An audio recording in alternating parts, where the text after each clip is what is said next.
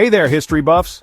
Today I'm diving into one of the most pivotal conflicts of the 20th century, the Korean War. You ready? Let's get into it. So, it all started on June 25, 1950. North Korea, backed by the Soviet Union and China, launched a surprise attack on South Korea. This wasn't just a border skirmish, it escalated quickly.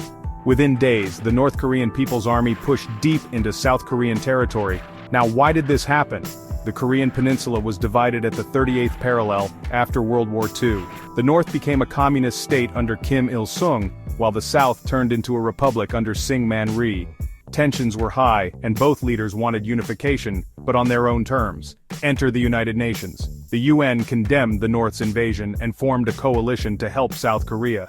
The United States led this coalition, with General Douglas MacArthur at the helm.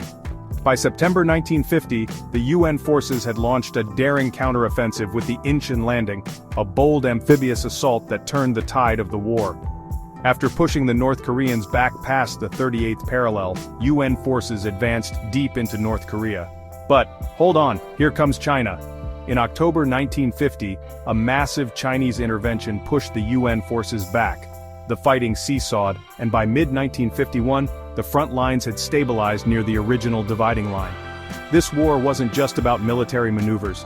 It had a profound impact on civilians. Millions were displaced, and the peninsula was ravaged by bombings and battles. It was brutal, with atrocities committed on both sides.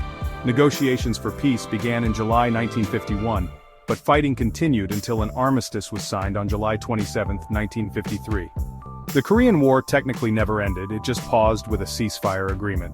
The Demilitarized Zone, or DMZ, remains one of the most fortified borders in the world. So, what's the takeaway here? The Korean War shaped the geopolitical landscape of East Asia and solidified the Cold War divide.